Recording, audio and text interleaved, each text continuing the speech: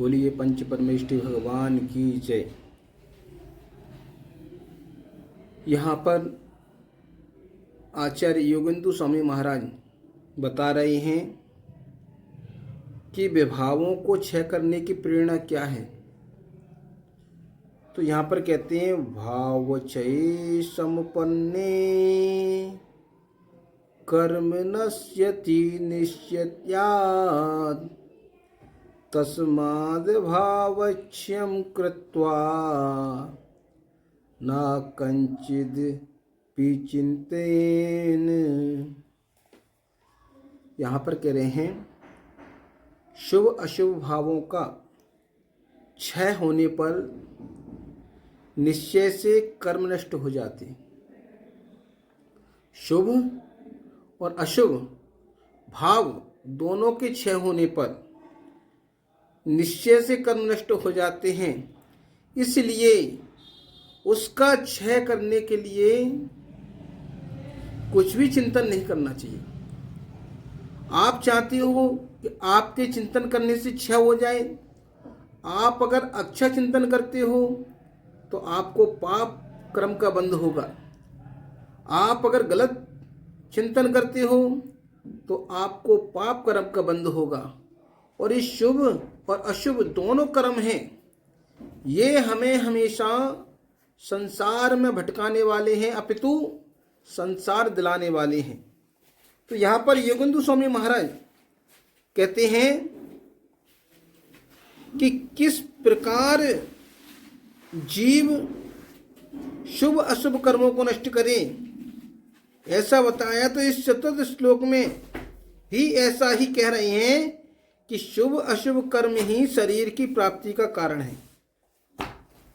अगर हमें शरीर मिल रहा है तो शुभ कर्म से मिल रहा है, अगर हमें शरीर मिल रहा है तो पाप कर्म से मिल रहा है। इसलिए सिद्ध भगवान के पास ना शरीर होता है, ओनली उनके पास आत्मा होती है। शरीर को त्याग कर दिया तो क्या किया, वो सिद्धालय में विराजमान हो गए। पर जब तक हमें शुभ अशुभ के चक्कर में लगे रहेंगे तब तक हमें शरीर की प्राप्ति होती रहेगी, तब तक हमारा जन्म मरण लगा ही रहेगा। तो यहां कह रहे हैं कि मन वचन काय के निमित्त से आश्रव करता है। इस शरीर को ऐसे नष्ट नहीं करना है। यूं तो इस शरीर को मृत्यु नष्ट कर ही देती है, किंतु वह शरीर को नष्ट करती है, शरीर के कारणभूत कर्म को नष्ट नहीं करती। अब मृत्यु किसी की आती है तो एक शरीर नष्ट होता है, पर हमें जन्म मरण का चक्कर को खत्म करना है। एक शरीर को नष्ट नहीं करना है। एक तो शरीर किसी को कोई मार देता है या मर जाता है तो वो शरीर नष्ट हो गया, पर निरंतर हमें पर्याय मिल रही है, अगले जन्म में फिर पर्याय, अगले जन्म में फिर पर्याय। तो यहाँ पर अगर हमें नष्ट करना है तो जन्म मरण जैसे रोग को नष्ट करना है। तो शरीर नष्ट होता है तो आप कहने लगते हो, क्या कहते हो, देहांत हो गया। अगर कोई व्यक्ति मर जाता है तो अब क्या कहते हो, फलाने व्यक्ति का देहांत हो गया। और एक देह छूट गई तो देहों का अंत कहां से हो गया। देहांत माने जहां पर देह मिलना खत्म हो जाए उसको देहांत कहते हैं। पर हमें एक देह छूटी है और हमने कह दिया देहांत हो गया, तो कैसे हो सकता है। एक बार किसी भी आत्मा की देह का अंत हो जाए अर्थात समग्र देहों का अंत हो जाए, वह देहांत कहलाता है। अंत शब्द का अर्थ समाप्ति का के अर्थ में लगाया है। तो कह रहे हैं संपूर्ण देहों से अत्यंत की निवृत्ति होना वह देहांत कहलाता है। महानुभाव, ऐसे ही आचार्य योगेंद्र स्वामी कह रहे हैं कि ऐसे देहांत को प्राप्त करने के लिए पहले शुभ अशुभ कर्मों का क्षय करना अनिवार्य होता है। मिथ्या दृष्टि जीव देहांत से डरता है। मिथ्या दृष्टि जीव देह का पोषण करता है। वह ऐसा क्यों करता है? क्या आपने कभी ऐसा सोचा है कि वह ऐसा क्यों करता है? वह देह का पोषण इसलिए करता है क्योंकि चेतना उसके दृष्टि गोचर नहीं हो रही है, उसको अपनी आत्मा दिखाई नहीं दे रही है, इसलिए वह ऐसा करता है। और माली उस गमले को सींचता है जिसमें पौधा उगता दिखाई देता है, और जिस गमले में पौधा दिखाई नहीं दे रहा है उसमें पानी डालता ही नहीं है। किसमें पानी डालेगा व्यक्ति? तो व्यक्ति उसी गमले में पानी डालेगा जिसमें उसको लग रहा है कि पौधा बड़ा हो रहा है, और सने सने पानी डालता रहेगा। तो उसे ज्ञान हो कि इस मिट्टी में भी बीज पड़ा है, तो उस गमले में पानी डालेगा।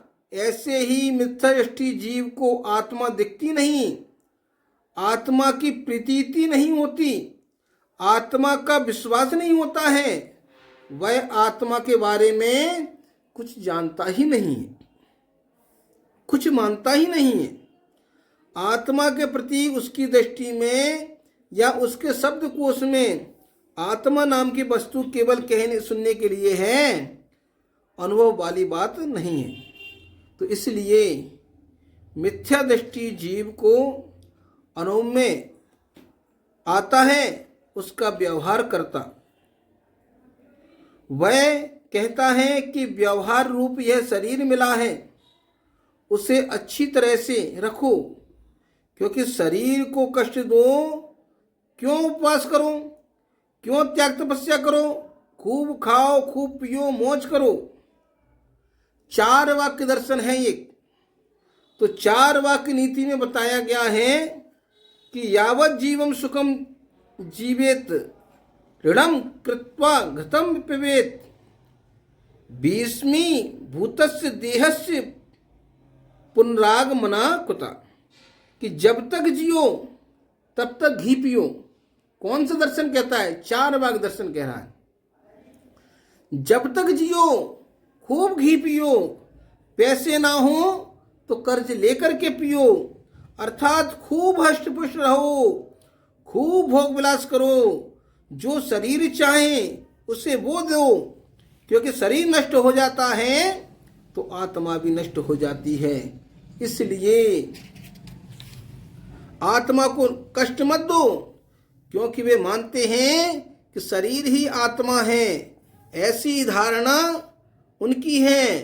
तो मिथ्या दृष्टि की भी तो ऐसी धारणा होती है कि देह जीव को एक गिने, बहिरात्मा तत्व मधा है, कि बहिरात्मा मिथ्या दृष्टि देह और जीव को एक मान रहा है। इसलिए तो कह रहा है, अरे भाई इस शरीर में ही तो आत्मा है।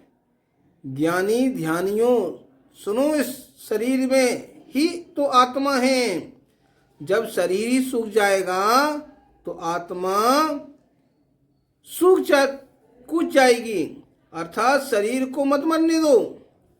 शरीर में कील चुभती है तो आत्मा को कष्ट होता है ना, ऐसे ही शरीर को सुख मिलता है तो आत्मा को भी मिलता होगा, ऐसी उसकी धारणा है। पंचेंद्रियों के द्वारा ग्राह्य पदार्थों का सेवन करने से वह मानता है कि शरीर को नहीं मानो, आत्मा को ही सुख मिल रहा हो। इसलिए मिथ्या दृष्टि जीव चेतना की सेवा नहीं करता, वह चेतना का ख्याल नहीं रखता है, वह नहीं जानता कि चेतना का पोषण कैसे हो रहा है। महान भावों, जीवन में हर किसी को अपनी आत्मा के बारे में एक बार जरूर सोचना चाहिए। और अगर व्यक्ति सोचना प्रारंभ कर देगा, विचार करना प्रारंभ कर देगा कि हम संसार में क्यों भटक रहे हैं, किस कारण से भटक रहे हैं, तो वह व्यक्ति उससे मुक्ति का उपाय चाहेगा। कोई व्यक्ति बीमार हो जाता है तो वो चाहता है कि बीमारी से दूर कैसे हुआ जाए, तो कोई ना कोई डॉक्टर को दिखाता है, इलाज करवाता है और उस बीमारी से मुक्त हो जाता है। ऐसे ही जीवन में अगर आप लोग चाहते हैं कि हम शरीर से मुक्ति पालें, शरीर को छोड़ दें, शरीर की समाप्ति हो जाए, तो ध्यान रखना हमें भगवान रूपी डॉक्टर के पास जाना पड़ेगा। भगवान ने जैसा कहा है, जिनवाणी में जैसा लिखा है, हम अगर उसको अंगीकार करते हैं तो नियम से एक दिन ये देह हमेशा के लिए छूट जाएगी और हम लोग भी सिद्ध शिला पर विराजमान हो जाएंगे, जहाँ पर न जन्म की टेंशन है, न मरण की टेंशन है, किसी प्रकार की टेंशन नहीं है। तो देखते रहिए जर्नी ऑफ लाइफ को, और प्रत्येक दिन कोशिश करूँगा कि आपको कुछ ना कुछ जरूर दूँ। सबके लिए मंगल आशीर्वाद।